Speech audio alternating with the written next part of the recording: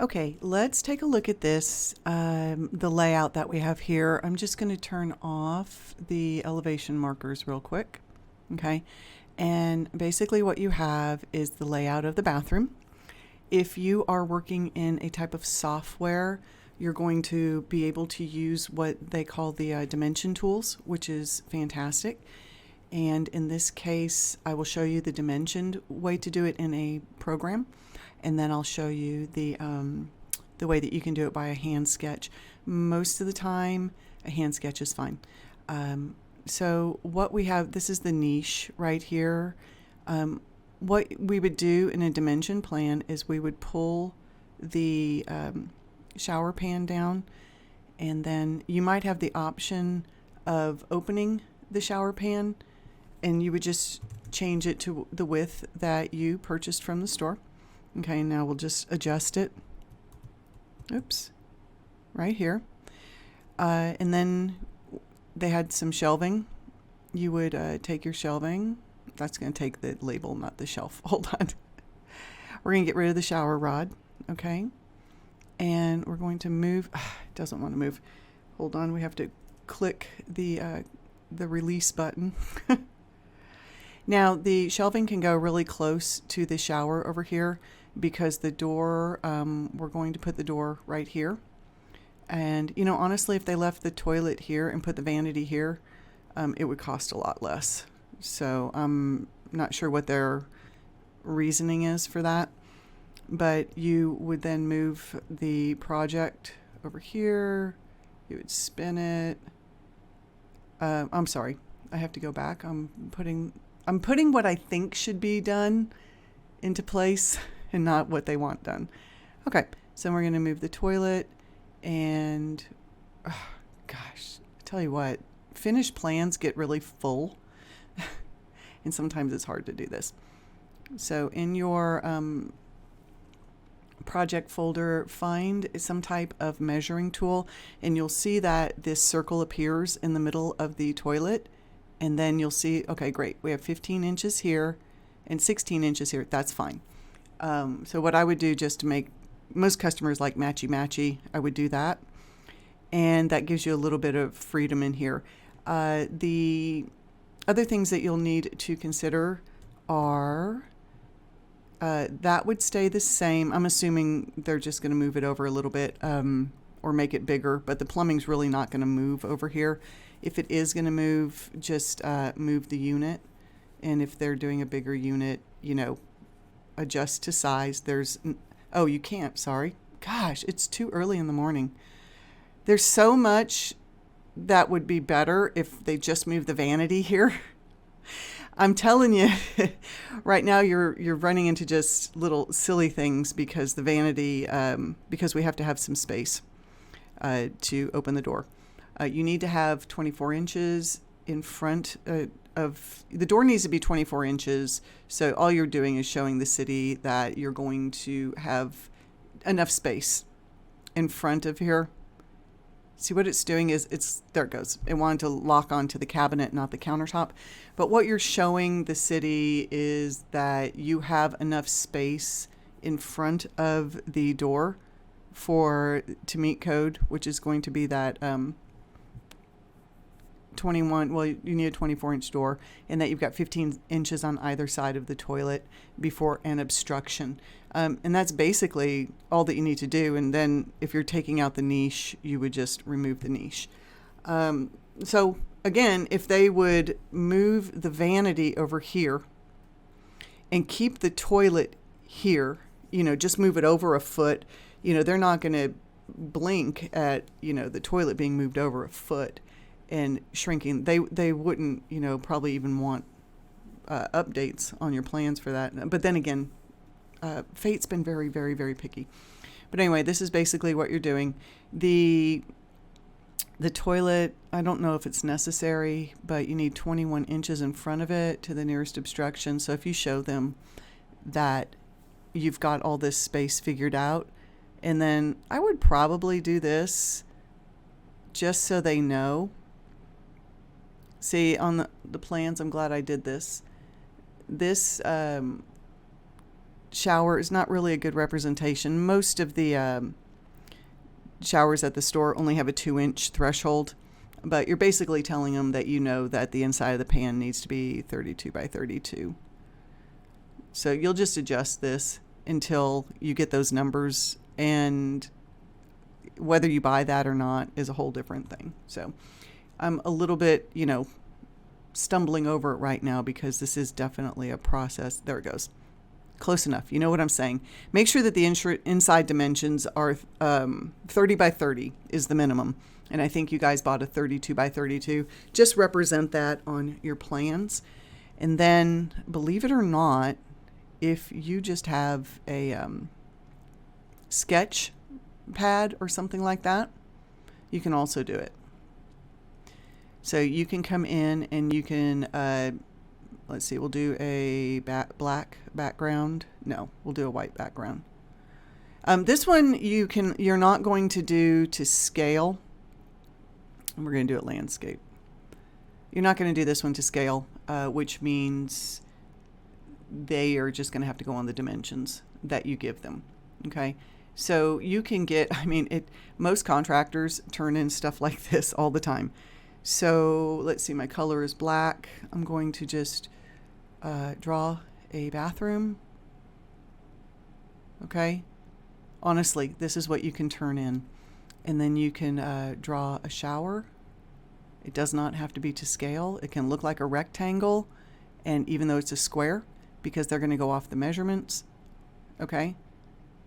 Honestly, this is actually a good drawing for what I've seen most contractors turning in. You can do this in pencil, whatever.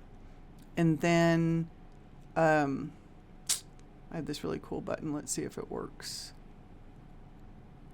I don't know if it's going to actually draw it, so I'll probably go back to pencil. Oh, it did. Okay, and so what we want to do at this point is, hold on. So what you want to do at this point is just draw a line from here to here.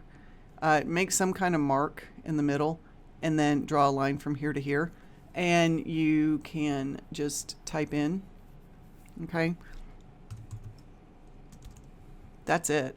Okay, that's all you have to do, is even if you're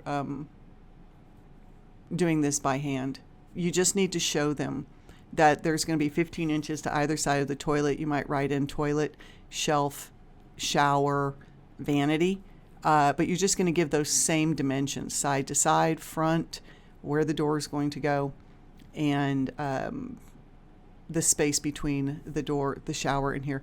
And then you down here, you can put in the address. Okay.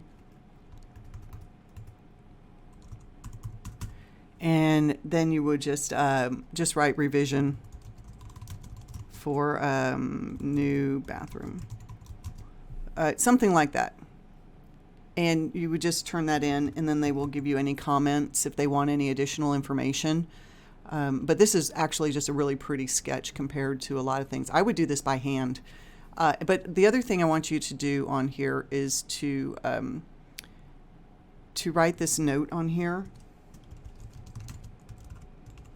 Okay, make sure that you say not to scale if you're going to do it by hand. That way they'll go by the measurement numbers. They won't use the architect's rule that they can use, or a scale.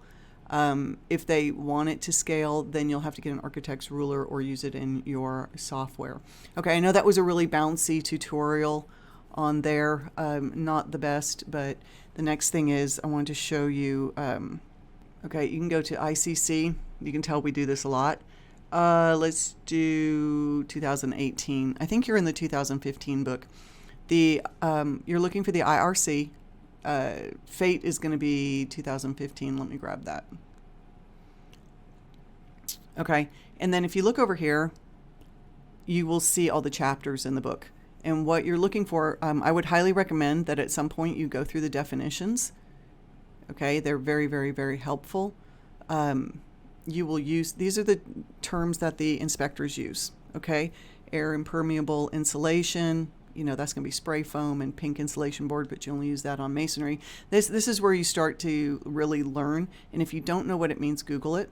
And most of the time, it'll take you right to it. And then the other thing that you will be looking at is right here, Chapter 3. building planning. Foundations, floors, wall construction, those are things that you can do eventually down the road. But the reality is the masons do all of this. The plumbers do all of this. The HVAC company does all your gas, all your rules for gas. These are all in here, but these are really technical terms. And you're going to get into charts and piping and the sizing and the strength. And that's really not what you're going to need to know as a GC. You'll pick it up over time. But what you're looking for is the building planning chapter 3. And you start with design criteria, skip that. Okay. And what you're looking for is we start getting into fire resistant construction at R302. So before that, we're getting into framing. Okay, and that's really your framers and stuff are going to do that. You can start with fire resistant construction, and it goes into townhomes, so skip that. Townhomes with sprinklers, parapets, these are all townhomes. Okay,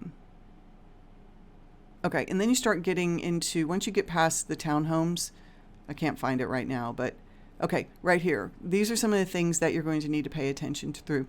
Penetrations through the separation required shall be protected. Duct penetrations. You just cannot put a duct from a garage into a home because of the gases that come out of the garage. And the garage is also the number one place that fires start. So if you do put a penetration through, you have to follow section R3026, and then you'll have to read R30211. And 30211 is just down a little bit further down.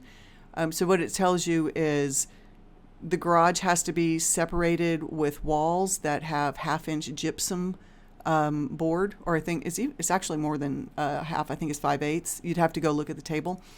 And then, so you start reading this. Foam plastics, read about that.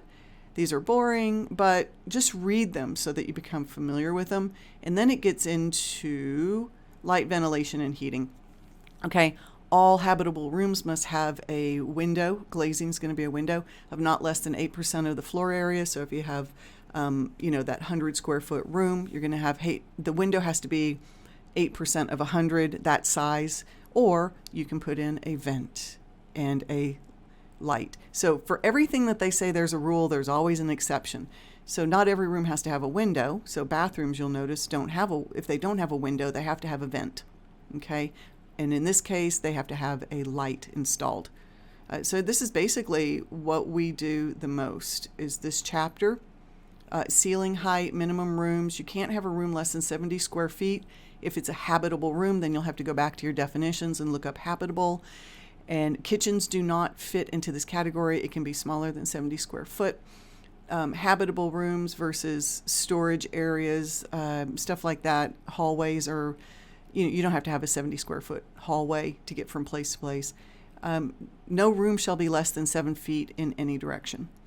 You'd be amazed at how many people want a smaller room than that to be like an office or something, and that's against code.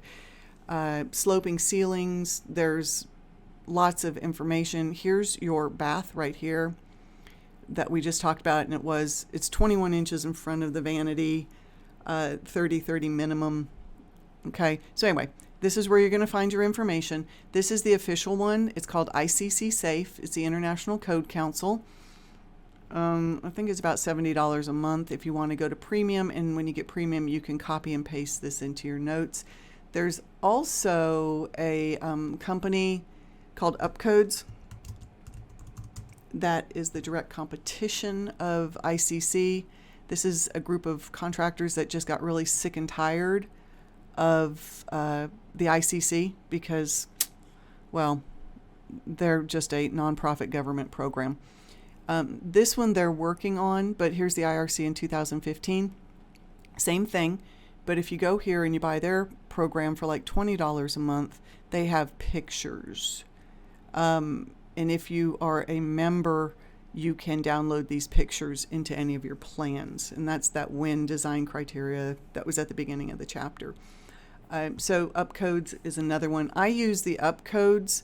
I will copy and paste the Upcodes into plans because it's written in easier to understand language, but I will have to verify it with the ICC code and make sure that they match. The ICC has currently 350 errors in their book. Upcodes has 3. So there's a lot of discrepancy between the organizations. And then when you have the ICC codes, you have the international residential codes. You also have plumbing codes, fire codes, maintenance codes for all the independent trades, which go into a lot more depth. The IRC, the international residential codes, are kind of like a real quick explanation of what the bigger books say. And if there is a disagreement, the bigger books win. And the inspector always wins. So I can't see the diagram right here. It's not letting me in because I don't have the premium service hooked up right now. So there you go. That's how you learn. Chapter 3, I would start at floodplain construction. I actually read all of it. It made me a better contractor. But once you get down into fire-resistant construction, then you're into light ventilation, minimum room areas, ceiling height, sanitation, window glazing, how high do rails have to be on staircases, the height. Oh God, learn about stairs. Save yourself a lot of trouble. Learn about stairs. Okay, so there you go. Quick and very dirty tutorial on how to put together your sketch. Turn it into the city. They're probably going to complain and ask you to do something, but at least you can fix it and turn it back in 5 minutes and get this taken care of today. And I'll call the inspector here in a minute and see. I'm pretty sure he's going to want the HVAC company to make a note of what they're doing, and we'll just get back to you guys on that.